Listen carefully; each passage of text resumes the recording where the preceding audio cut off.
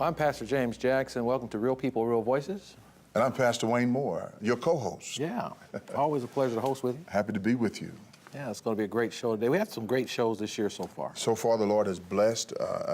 We've had some opportunities to talk to some fantastic people who are doing some fantastic things, and I'm glad to be a part of that. Yeah, that's the exciting part about it. We have had several people, some of them that we haven't heard from before, Right.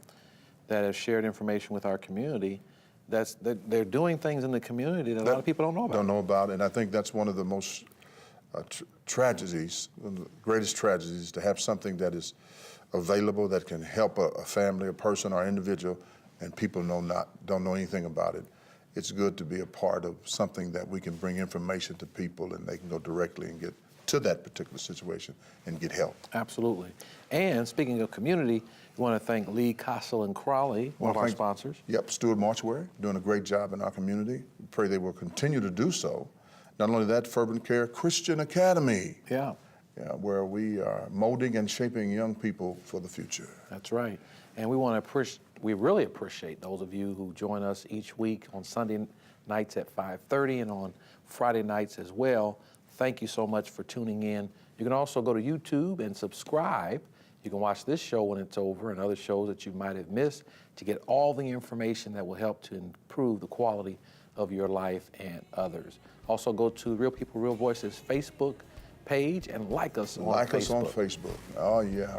I want you to get involved with us. We need your attention to this particular program so that we can keep moving it in your direction. The annual Butler Gospel Fest is coming. We're going to tell you all about it when we come back.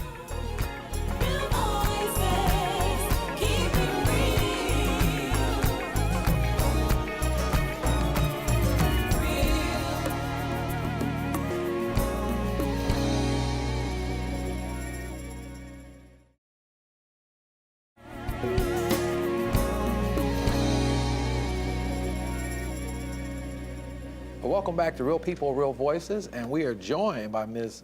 Valerie Davidson. She is the Director of Diversity Programs and Ephraimson. Ephraimson. Yes, I didn't dare try that. it's not pronounced the way it's spelled. Ephraimson Diversity Center.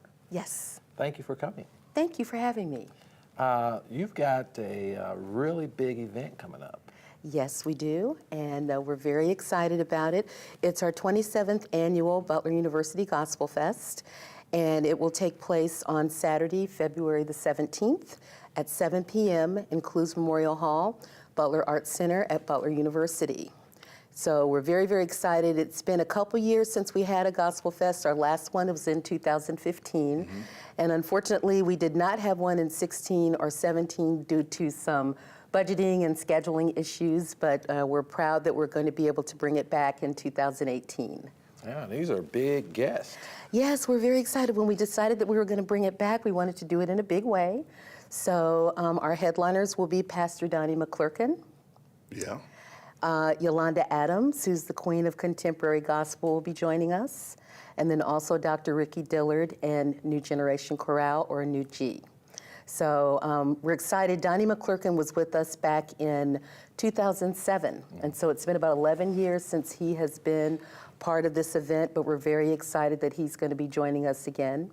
And of course, the Gospel Fest has always been something that the community has been very engaged in. So when it first started years and years ago, it was just a concert that we did as part of our African American History Celebration. I remember that. And it featured Nathaniel Trudell and the Sounds of Aquarius. Right. And over the years, it grew, and we moved it to our Union building, to a venue that seated about 450 people. And when we outgrew that, then we moved it over to Clues Hall in 2006. We moved it to Clues Hall, and we've been there ever since. So it's been very exciting, but that could not have happened without the community's support. So one of the things that we did do when we moved it to Clues Hall, we wanted to make sure that we still had community engagement. So we continue to have local groups open the show. So we will have 4 local performing groups from either area churches. There will be a group from Butler University will be performing as well. But we try to make sure that we still open it up to the community and have community performers on the program. So there's that level of engagement, and they get a chance to open for these internationally known gospel headliners. Phenomenal. That's Yeah. great. And what there's going to, I'm sure there in the past and of course coming will be a lot of energy in the room. Yes, there will be a lot of energy in the room. During our first hour, we usually open with a praise team, so to get the audience really excited and involved. But again, the audience has always been so supportive of this event, and they're usually on their feet the whole time. From the opening acts to the headliners to the end of the evening, they are usually on their feet. Another way that we do try to engage the community as well, we do have local vendors that will be in our lobby as well, the Clues Hall lobby. So they'll be selling anything from books and CDs to jewelry and scarves and books and just all kinds of different items, artwork. So we try to make sure, again, that it's really a festival, not just of music, but also engaging the community and local businesses as well. How much are the booths? The That's need booths, to be- okay.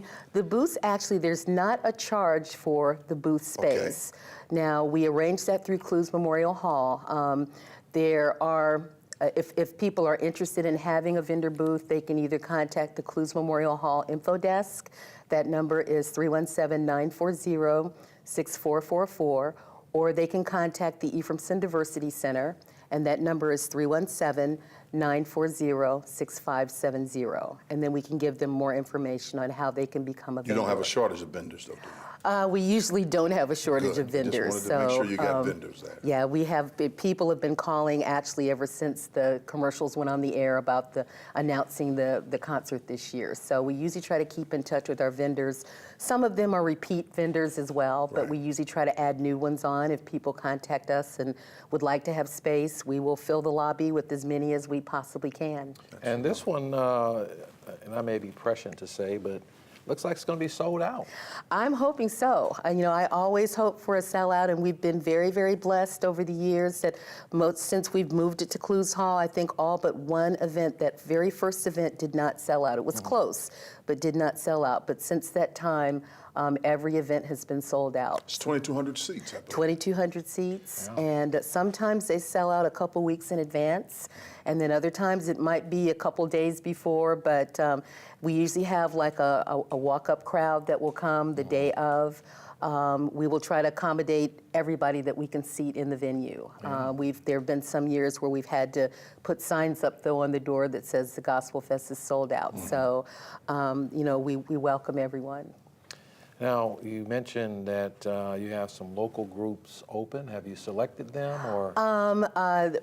Most of those spots have been filled. We're in the process of confirming them right now, so I don't really want to, announce who they're going to be on the air, but we are confirming all of those groups right now. And so we usually also, I wish I had more spaces than what we actually have for the local groups, but as it is, the event starts at 7 o'clock, and we probably won't get done until around 10:30 or 11. So it's definitely a festival. Right. But what's amazing to me is the fact that, as I said, the people are usually, the audience is so supportive and inspired that they're usually on their feet the whole evening, and they leave just charged and energized. And, a lot of people have said, well, I got to get home so I can go to church the next morning. So, even though we end kind of at a late hour, that doesn't seem to stop, the People from audience coming. from their Yeah. participation and their support and their inspiration.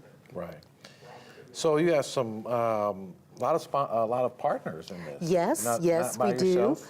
Butler University, of course, is the main presenter of the Gospel Fest. And then as part of Butler University, our Ephraimson Diversity Center, our Office of Diversity Programs, DJGino.com. Gino Shelton is one of the leading promoters in the Indianapolis and Midwestern area, and he's been a promotional partner for the Gospel Fest since 2007. So, DJGino.com is one of our sponsors. Meridian Media Productions, the stations of Radio 1 and WHMB TV. W who? WHMB TV has been with us in the past and will be with us again this year. So we're very excited and appreciate the support of having those types of promotional partners with us. And generally, these kinds of things have an MC. You have an MC? Yes, yes. Rodney Bryant, who is a well-known gospel performer in his own right, and of course very well-known here in the Indianapolis area, usually is one of our hosts for the Gospel Fest. So he will be with us again this year, and we are just looking forward to a spirited time. All right, I'm sure it will be. And we've had a spirited time here so far. Hearing about it, yeah. But that's not all we have, and we have a very special guest on today. I want you to stay with us. We've got to take a quick break.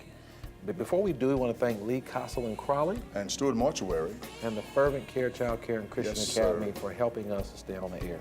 Stay right there. We'll be back after this.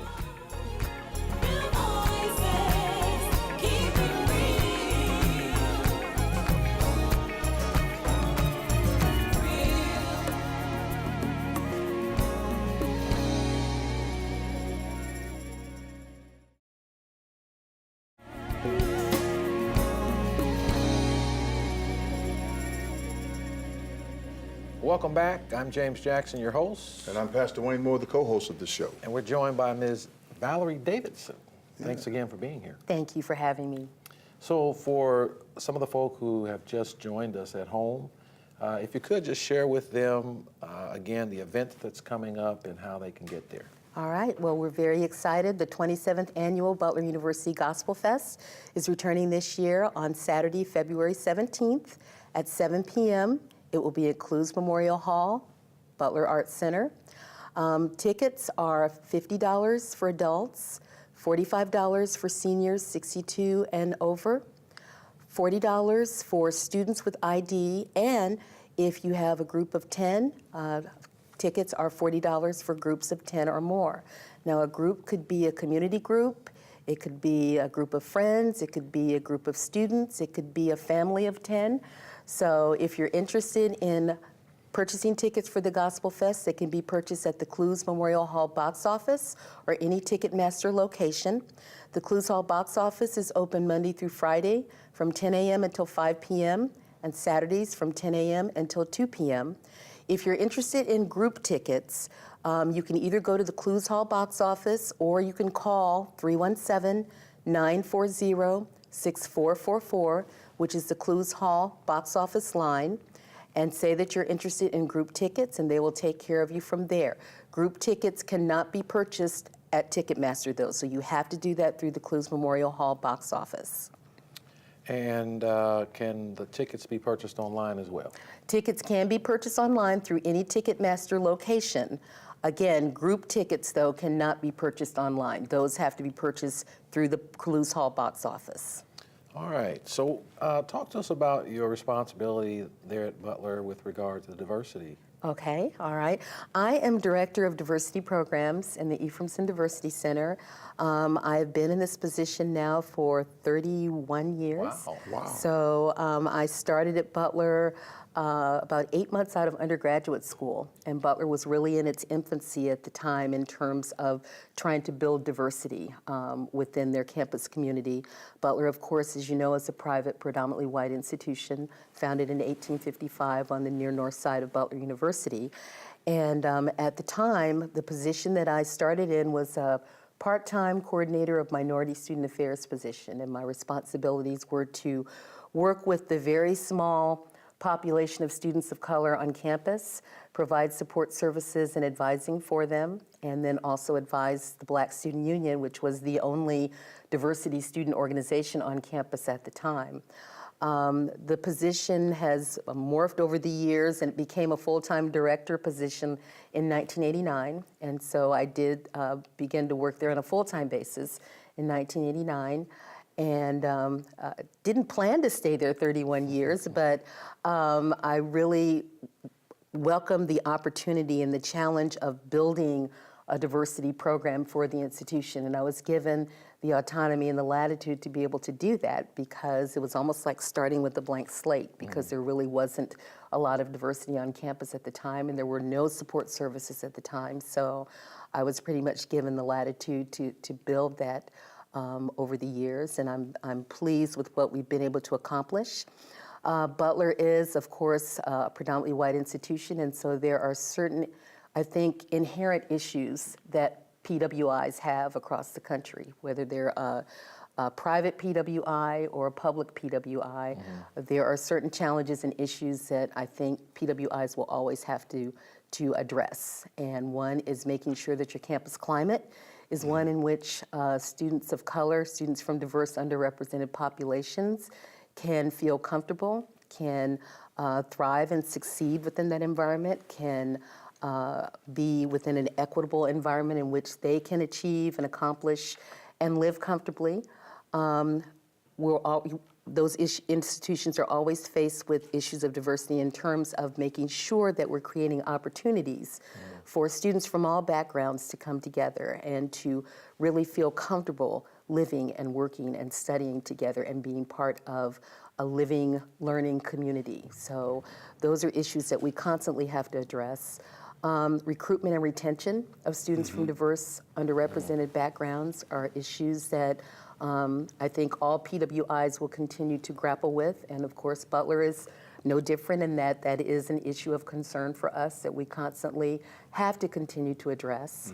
The cost of attending a private PWI can be very difficult for families, not just families of color, but families from all backgrounds. And I know that at Butler University, we try to make the institution affordable, but it is a private institution, and the tuition does tend to increase every year, as with most. Exactly. As with most institutions, every year the tuition is going to go up a little bit because the cost of running an institution goes up every year as well.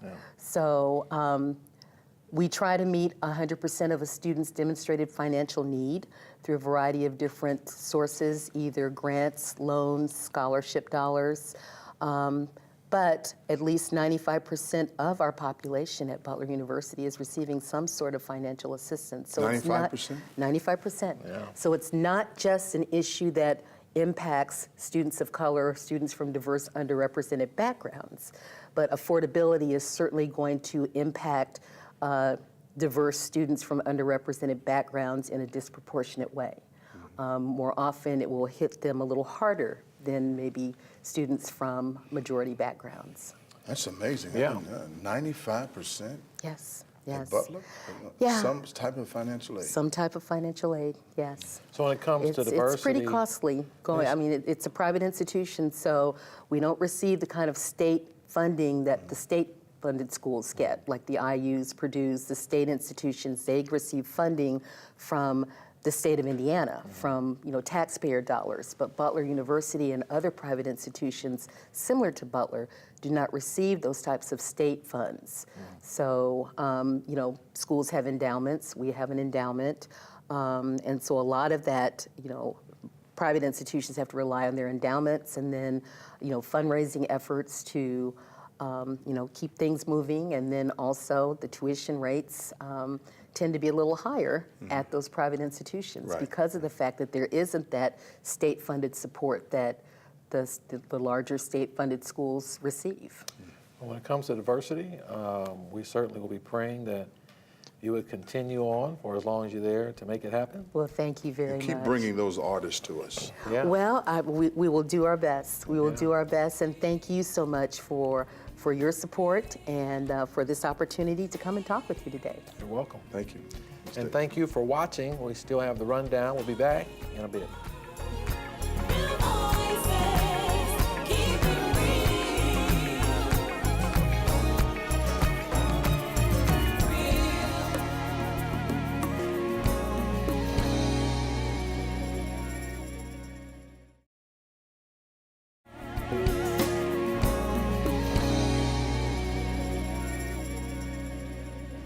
Welcome back to Real People, Real Voices. I'm your host, James Jackson. I'm your co-host, Pastor Wayne Moore. And I'm your executive producer, Faith McKinney. And we want to thank our sponsors, Lee, Castle, and Crawley, attorneys at law. And the Stewart Mortuary here in Indianapolis has been doing a great job for many of years.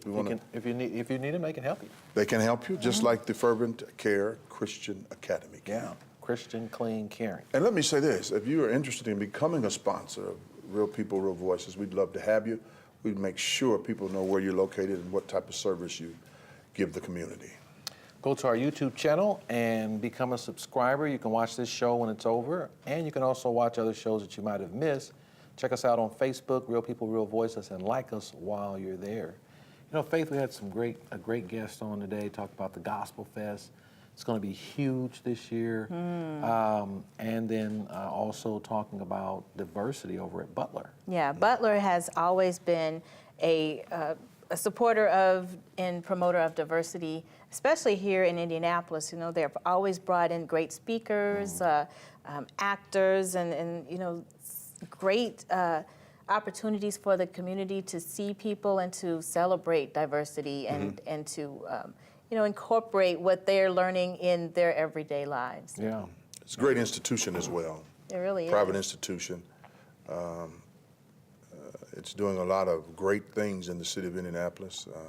Matter of fact, it's improved that side of town tremendously. One of the things I remember is they had Coretta Scott King here years ago, and I took my son to see her.